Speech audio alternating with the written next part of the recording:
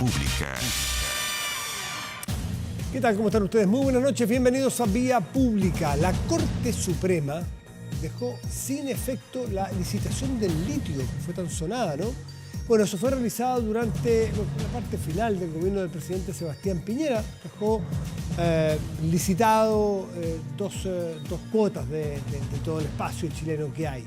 En enero, la multinacional china BYD y la firma Servicios y Operaciones Mineros del Norte se adjudicaron justamente dos licitaciones para producir 400.000 toneladas de litio metálico comercializable. Sin embargo, comunidades indígenas locales atacameñas de Camar recurrieron contra las bases del proceso, asegurando que no se especificó un área a trabajar ni tampoco la consulta indígena correspondiente. Lo del área estaba en las bases, uno lo recuerda cuando leía que justamente se licitaron exploraciones, no lugares precisos, eso exactamente es así, pero fue lo que alegó estas comunidades indígenas y aparte las consultas recurrieron y la Corte Suprema les da la razón.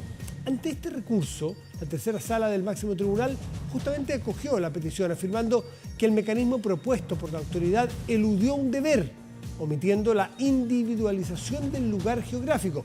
Insisto, más que un error, fue parte del diseño de esa licitación. Recuerdo a los ministros explicándolo, pero bueno, la justicia estima que faltó eso, que eso fue más bien una falta. En consecuencia, vulnera, a juicio de la Suprema, el derecho de las comunidades indígenas. ¿Qué es lo que ocurre aquí? Es interesante porque justamente ayer el presidente Boric habló de la Empresa Nacional del Litio, ¿lo recuerda, no? Bueno, el gobierno y a través de su ministra de Minería, Marcela Hernández, dice que ellos, esperando la resolución que hoy día conocimos de la justicia, ellos no se habían manifestado respecto de las licitaciones del litio. Ahora que se da esta resolución, y entonces quedan desiertas estas licitaciones, el gobierno no ha decidido que va a insistir en estas dos licitaciones, más bien va a esperar a hacer un armado completo de esta Empresa Nacional del Litio que aspira desde la campaña que el presidente Boric aspira a realizar. Y se habló ayer justamente de que va a tener un énfasis fundamental de la acción del Estado, haciendo empresa en esta minería y eventualmente con asociaciones público-privadas. El litio sigue dando noticias. Vamos a la mesa de conversación. Justamente tenemos un invitado hoy que nos puede, más que hablar de esto, porque no es una especialidad probablemente, salvo que me diga lo contrario, pero está con nosotros Richard von Appen, que es presidente de la SOFOFA. Richard, buenas noches, gracias por estar aquí. Buenas noches, Matías. Yo sé que el litio no es tu especialidad, así que no te voy a preguntar qué pasa con el tal salar o tal cual salar, pero en general, el que la Corte Suprema haga un fallo como este, en el contexto de que el presidente anuncia la Empresa Nacional del Litio, ¿cómo lo ves tú? Bueno, deberían ser dos cosas separadas. Uno es de que tiene que funcionar la institucionalidad y si efectivamente, como se dice en la noticia, no se hizo bien la consulta o la determinación del lugar, bueno, efectivamente puede haber un problema con la licitación, pero algo distinto cuál va a ser la política del gobierno respecto a desarrollar el litio y ojalá de que sea algo donde haya también participación privada y yo no veo ningún inconveniente de que el gobierno vaya a crear una empresa nacional del litio. Eso, ¿qué te parece para partir por ahí?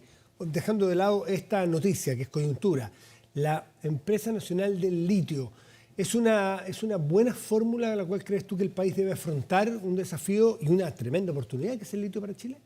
Es decir, cuando está la oportunidad de que hayan los dos modelos, es decir, una empresa estatal y una empresa privada, como lo vemos hoy día en el cobre, eso también obliga a Codelco de ir a cambiar sus estándares y a estándares globales. Y es una empresa que está compitiendo y compite a nivel global.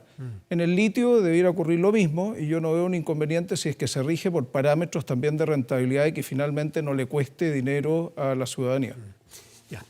El tema que queríamos tocar, porque no era el litio, dada la coyuntura, lo preguntamos, pero ¿cómo toman ustedes de la SOFOFA el mensaje presidencial de ayer, la cuenta pública del presidente que marca un rumbo para los 4 años que todavía le quedan prácticamente completos? ¿Cómo lo ves? Bueno, primero quiero destacar que yo nunca había ido a una cuenta pública y para mí fue, la verdad, que emocionante ver nuestra bandera chilena, todos cantando el himno con mucho respeto, de pie, recibiendo al presidente de la República con la banda y él paseándose en esta tradición que es este Galaxy, que estaba afuera. Es un momento republicano muy bonito, los que nos ha tocado estar ahí, presenciarlos. Es la verdad que me conmovió, porque realmente el ver a todo el Congreso respetando nuestras tradiciones, yo creo que es algo muy importante, especialmente con lo que hemos estado viviendo. Y del mensaje, bueno, primero no es una cuenta porque lleva recién muy poco tiempo y sería injusto de poder medir ahora qué es lo que ha realizado, pero el llamado a la paz yo creo que lo considero muy importante, de que podamos además construir juntos y donde también nos sentimos convocados como empresarios, y siempre hemos dicho de que nosotros estamos a disposición. Pero tengo que reconocer que echo de menos medidas concretas respecto al tema del crecimiento económico, que es un tema fundamental, dada la coyuntura que tenemos hoy día, en que tenemos una alta inflación y un bajo crecimiento, y que está graficado en los últimos IMASEC que se han estado publicando. Pero a mí me llamó la atención que el presidente hace menciones con cifras concretas de crecimiento y metas de crecimiento, y en ese mismo párrafo, lo releí hoy día en la mañana, porque lo escuché por radio ayer, hablaba de la importancia de la inversión como un eje fundamental de crecimiento. ¿Eso lo valoran ustedes? ¿Por qué dice echo de menos eso? Porque faltan más medidas concretas. Es decir, indudablemente la inversión es fundamental para poder recuperar tasas en las cuales podamos ir creando también los recursos para los derechos sociales y también ir creando nuevos empleos. Lo que pasa que, claro, él dice hoy día que una tarea pendiente de mejorar la productividad, aumentarla en 1,5%, que es una meta deseable, pero llevamos más de 10 años sin crecimiento en productividad y la verdad que necesitamos medidas concretas. Hoy día acabo de leer también que el ministro Marcel también relaciona el proyecto de las 40 horas con aumento de productividad y eso me parece correcto, que tiene que ir en esa vía, y también mencionó algo de facilitar también la tramitación de los proyectos, que también es una demanda que viene pidiendo hace muchos años la SOFOFA, sin bajar los estándares, pero tratar de facilitar todo el trabajo burocrático. Sí. ¿Qué significa? Porque de productividad se habla tanto. ¿Qué es lo que es conseguir la productividad? ¿Ustedes cómo lo ven? ¿Cómo se logra? ¿Cómo lo han hecho países que lo han logrado? Porque crecimiento e inversión más o menos uno lo puede entender, ¿no es cierto? Poner inversión, armar una fábrica, ponerse a producir.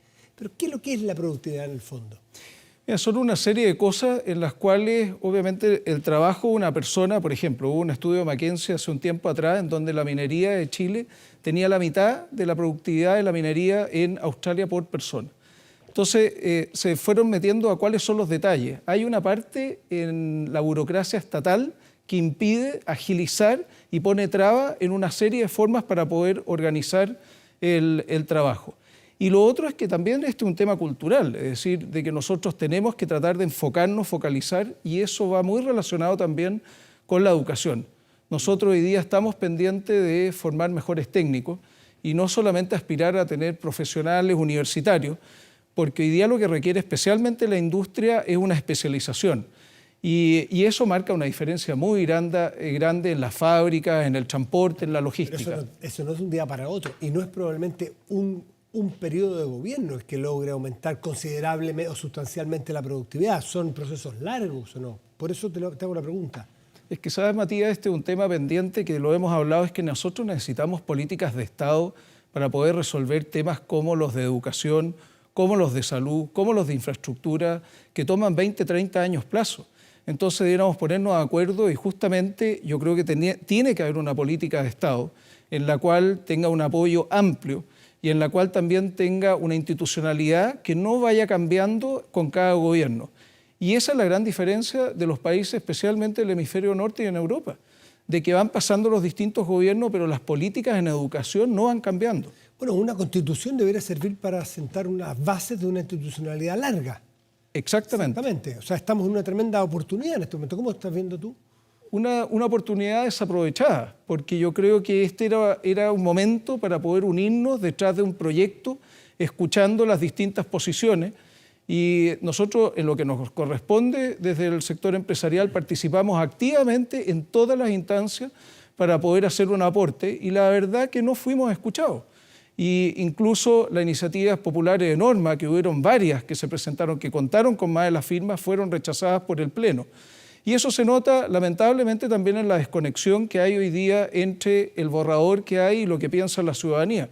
Y yo creo que eso no es bueno, porque esta era una oportunidad muy importante y siempre sostuvimos de que lo mejor que le podía ocurrir a Chile es salir con una constitución con un amplio apoyo, y yo creo que eso no se está logrando. Pero es mejorable, este proceso no ha terminado.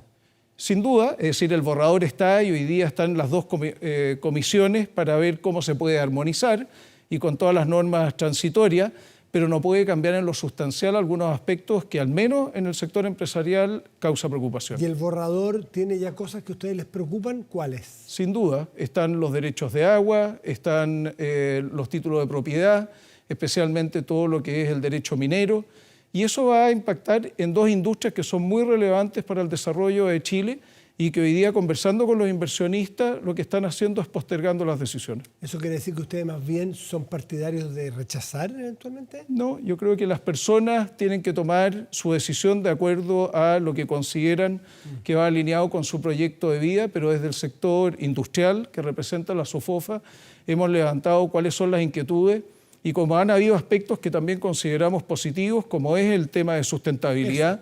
¿Qué es lo positivo del borrador, a juicio tuyo? Es decir, el tema de sustentabilidad estamos todos de acuerdo y el sector empresarial está hoy día muy comprometido. Y yo desde que asumí lo he puesto como una de las prioridades. También darle más autonomía a las regiones me parece correcto. Esta centralización no está bien y tenemos que descentralizar también el gasto.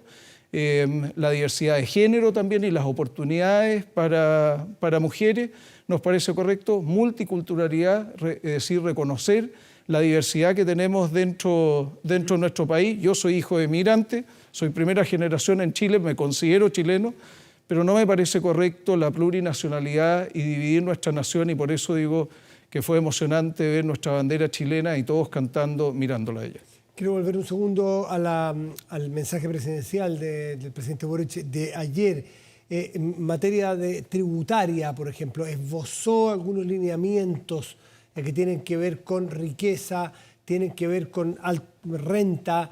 ¿Te parece que está bien inspirado hasta donde se ha planteado? Porque no hay mucho detalle todavía. Es que nosotros tampoco, y yo he conocido el detalle a través de la prensa, de cómo esto ha ido avanzando, pero hemos mostrado disposición a poder aportar en este momento en el cual tenemos que entregar mejores derechos sociales.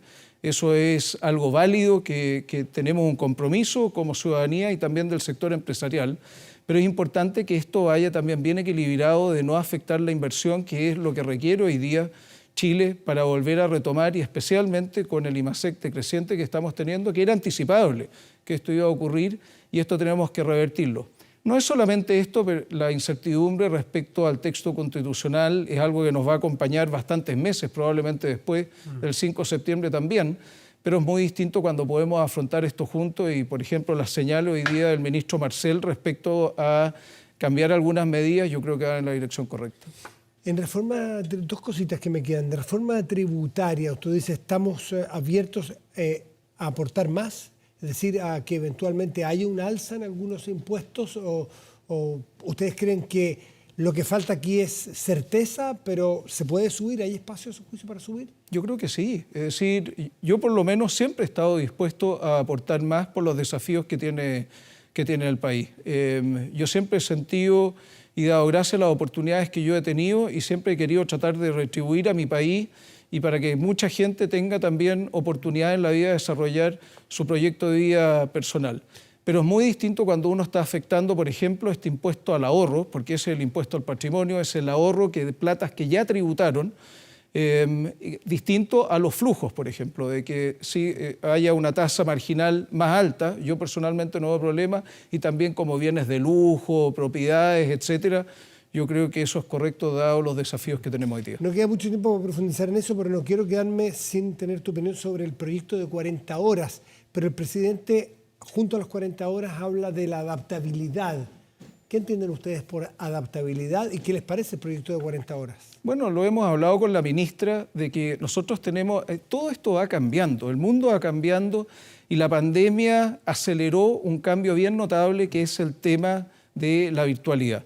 Y hoy día esto está permitiendo y dando oportunidad a mucha gente que pueda trabajar, por ejemplo, desde sus casas, como son mujeres que tienen que cuidar a sus niños, adultos mayores, o por alguna razón no lo pueden dejar. Muchos jóvenes, además, que se pueden sentir motivados por esto. Y por eso, para eso necesitamos adaptabilidad, de que la gente pueda funcionar de distintas formas. Y es muy complicado de tratar de anticipar cómo esto va a funcionar, porque esto está hoy día evolucionando día a día. Y de tener una mejor combinación o balance entre la vida laboral y la vida privada, a mí me parece correcto. Es decir, yo veo a mucha gente angustiada, nosotros que somos padres, familia también, y que hay que dedicarle tiempo a los niños, o por otras razones, para hacer deporte, cultura, etcétera. Es una calidad de vida. A mí me parece correcto, pero esto tiene que venir acompañado también con este aumento de productividad. Tenemos que usar la tecnología, y yo creo que hoy día, yo personalmente, si hacemos las cosas en forma sensata, Chile tiene una gran oportunidad para poder aprovechar no solamente las oportunidades que tenemos debido a que ayudamos a la electromovilidad y con el hidrógeno verde y poder entregar alimentos de calidad, sino también con toda esta economía virtual que podría permitir a mucha gente participar de un mercado que hasta la fecha ha estado excluido. Rutger von Appen, presidente de la SOFOFA, muchas gracias por estar aquí esta noche. Muchas gracias. Muy bien. Buenas noches. Hacemos una pausa, volvemos, esperemos.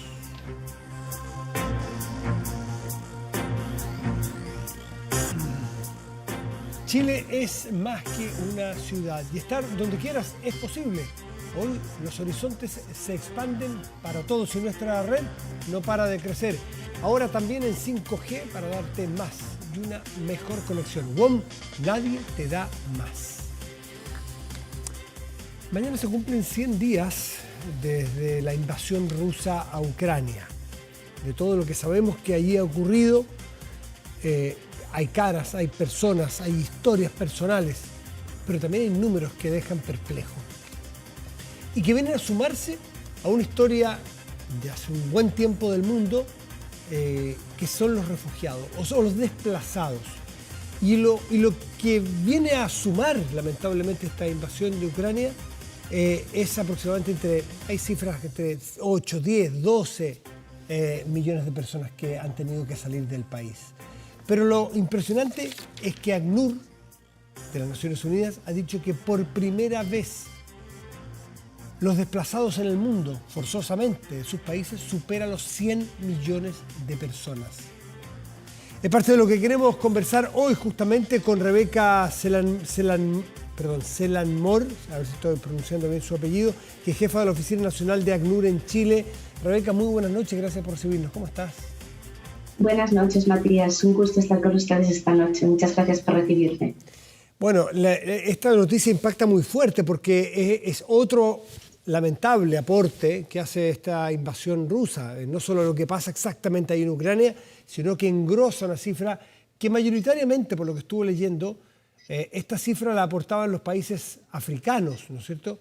Burkina Faso, Nigeria, Etiopía, y que estaban cerca de 93 millones de desplazados a finales del año pasado, y con esta invasión llega a 100 millones de habitantes. Es así, ¿no?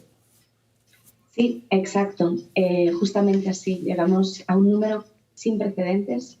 Es un número realmente alarmante que no habíamos visto previamente. Hablamos de más de 100 millones de personas desplazadas globalmente, y aquí hablamos tanto de personas que se han visto obligadas a desplazarse dentro de sus propios países, como personas que han tenido que cruzar una frontera en busca de protección internacional, convirtiéndose así en refugiados. Técnicamente, esto, a ver, explícanos, refugiados, desplazados, si es desplazado, hiciste tú una especificación, si es dentro de tu país. Si yo vivo en Santiago y por razones forzosas tengo que irme al sur, ¿soy un desplazado igual o no? Técnicamente, ¿cómo se mide eso? Y la diferencia con refugiado, por favor.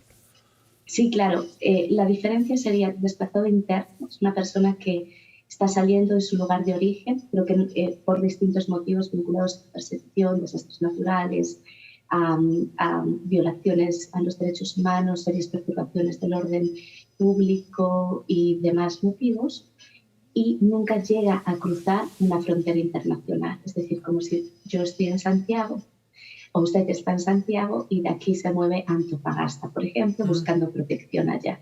Pues se constituye como desplazado interno, desplazado forzado interno, le llamamos nosotros. Una persona refugiada seguramente va a huir de los mismos motivos, pero no encuentra protección en su propio país, tiene que salir, tiene que cruzar una frontera para buscar esa protección. Y es así que se convierte en un refugiado. Los motivos son los mismos o muy parecidos, la diferencia es el hecho de cruzar o no una frontera internacional. Perfecto. ¿Y estos 100 millones son desplazados? No, son ambos, incluyen ambos, Ya. tanto las personas refugiadas como aquellas personas que están desplazadas internamente. Son como 53.4 millones de personas desplazadas internamente en distintos países, como los que usted mencionaba previamente, entre otros, pero además incluye una cifra casi similar de personas refugiadas que han buscado protección en otros países. Rebeca, ¿esta cifra ha disminuido alguna vez o esta es una curva que solo sube? Porque lo que en el fondo quiero saber y queremos saber, si el mundo ha sido capaz alguna vez de revertir esta tendencia o solamente este es una vasija de agua que siempre le vamos a ir echando y echando y echando infinitamente. ¿Alguna vez se vacía esto? Yo creo que hay tendencias, ¿no? Nosotros todos los años publicamos y ahora alrededor del 20 de junio, que es el Día Mundial de las Personas Refugiadas, se publicará un nuevo estudio con los números mucho más desagregados y un nivel de data pues, mucho más específico. Pero en general esto es como hay picos. Hay momentos ascendentes, después desciende, volvemos a tener momentos ascendentes, algunos mayores, algunos menores, lo mismo hacia abajo. Pero sí es cierto que el nivel de desplazamiento forzado que vemos hoy en día no tiene precedentes. Y como usted bien decía, la situación, la guerra en Ucrania ha venido a levantar una cifra que no habíamos visto hasta estos tiempos, lamentablemente. ¿Tienes en la memoria algún, porque tú dices que estos son pics, ¿no es cierto? Suben y bajan, pero hoy estamos en pic histórico. ¿Tienes tu memoria, para que nos ayudes a comprender mejor este fenómeno, de algún pic grande de refugiados que haya podido superarse? Es decir, que esas personas hayan podido volver a sus países. ¿Cuál es la tasa de éxito de bajar esta cifra dramática? Porque uno ve los sirios cuando tuvieron su guerra, que es interminable, se fueron a Europa o buscando distintas partes del mundo. Uno no sabe cuántos vuelven, ni si vuelven. Vemos lo que ocurre en Venezuela, que han partido, entiendo que 5 millones de personas de distintos países de Latinoamérica. No sé si alguna vez pueden volver, qué dejan atrás en sus países para poder volver. Por nombrar eso, o africanos que viven saliendo en búsqueda de mejor vida. ¿Hay algún grupo humano que logra volver a sus países? Sí, de hecho nosotros tenemos muchas experiencias positivas de retorno. Yo creo que en la región, por ejemplo, Centroamérica ha sido un contexto en los 80, ¿no? Con todas las guerras civiles, los conflictos y demás, donde muchas personas tuvieron que salir de sus países, buscaron protección en otros países de la región y después retornaron. Y de hecho, ACNUR, mi agencia, en muchos momentos dejamos de tener presencia en Centroamérica después de consolidar esos procesos de retorno. Y eso solamente es un ejemplo, pero por fortuna tenemos muchos más en distintas partes del planeta. ¿Dónde, yendo a la fotografía de hoy, esto que supera los 100 millones de desplazados, más refugiados, ¿dónde son las zonas calientes? Y hay una que tiene que ver con la coyuntura, lo hemos dicho, Ucrania, puedes integrarla en tu análisis, pero ¿dónde están los problemas más estructurales que no tienen que ver con lo que pasó hace 100 días, sino que países o sociedades que no son capaces de sostener a su propia población? Mire, los números más grandes de desplazamiento forzado, nosotros hablamos de desplazamiento forzado en términos generales, incluyendo a ambas poblaciones, y los encontramos ahora mismo, obviamente, en Ucrania, también Siria. Siria sigue siendo el segundo país que tiene los números de desplazamiento forzados más grandes del mundo, seguido de Venezuela. Pero los números también son importantes en Afganistán, Burkina Faso, Nigeria, Etiopía, Myanmar, la República Democrática del Congo, solamente por citar a algunos. Entonces, sí, vamos a ver, y ahora, como digo, en este informe de tendencias globales, que estamos próximos a publicar, creo que es el 16 de junio que va a salir a la luz, tendremos un desglose muchísimo más detallado, no solamente de los principales países que en este momento están generando personas refugiadas y desplazadas, sino también de cuáles son los principales países de acogida. Hay que tener en cuenta que la mayor parte de los países de acogida aquellos que reciben a las personas refugiadas. Son países de ingresos medios, de ingresos incluso bajos, que hacen un esfuerzo enorme para atender a estas poblaciones. Cuando tú me mencionas esa lista de países, inmediatamente en la cabeza uno empieza a buscar factores comunes, y hay dos cosas que, bueno, siempre es el factor político.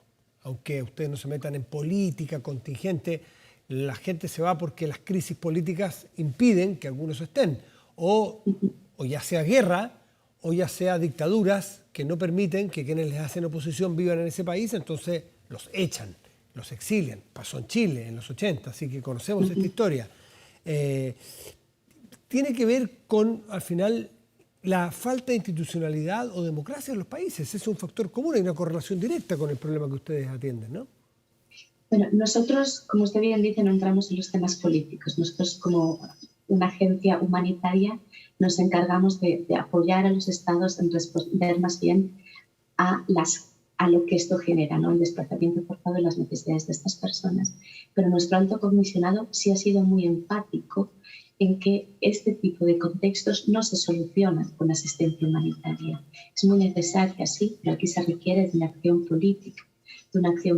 Y ha sido muy enfático también en hacer un llamado a los líderes globales de poner todos sus esfuerzos a disposición por intentar resolver las causas estructurales que están generando estos conflictos e invertir también en el desarrollo de estos países de manera que produzcan o se generen unas condiciones que permitan el retorno de la población.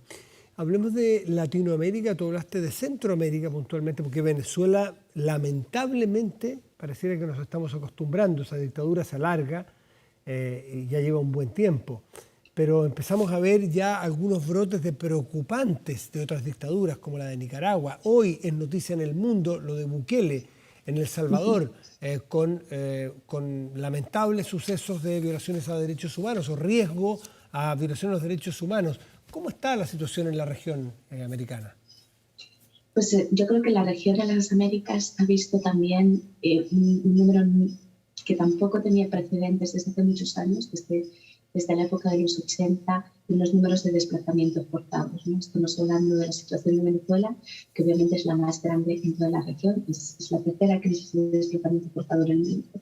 Pero también, como usted bien dice, hay situaciones en Nicaragua, en Centroamérica, que están produciendo pues, el desplazamiento forzado de estas personas y la búsqueda de protección. Rebeca Senalmor Rejas, jefa de la Oficina Nacional de ACNUR en Chile. Muchísimas gracias por esta conversación. Que esté muy bien.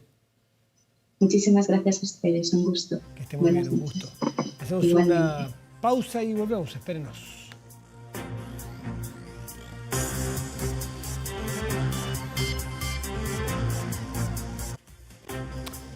Aumenta la delincuencia, logra haber robos, evítelos con Tepillé, la empresa líder en seguridad preventiva, con monitoreo de cámaras de seguridad y audio disuasivo en tiempo real. Tepillé protege 24/7 su empresa y también su hogar. No sea usted la próxima víctima y contrátelos en tepillé.cl. Vamos a la pantalla grande de nuestro estudio, revisamos contenidos de nuestro portal de noticias 24horas.cl, que destaca en este momento lo siguiente. Vamos. Ministerio de Educación informa suspensión de clases este viernes, ojo, en comunas de San Miguel y San Joaquín, aquí en la región metropolitana, por cortes de agua. Más detalles, 24horas.cl. El tiempo, vemos ahora. Veamos la temperatura de este momento en la región metropolitana. 7 grados con 2 décimas y el cielo está nublado. Mañana y pasado, ¿qué debiéramos esperar? Lo siguiente. Mañana viernes, chubascos. ¿Se ven chubascos? Bastante prolongado del día, ¿eh? Vamos a ver si se cumple. Bueno, pero el pronóstico es que la temperatura llegará como máximo a 10 grados. En tanto, el sábado, nublado con 14 grados como máxima. Otras dos regiones del país revisamos esta noche. Mire, Putre, en la región de Parinacota, en la región de Arica y Parinacota más bien.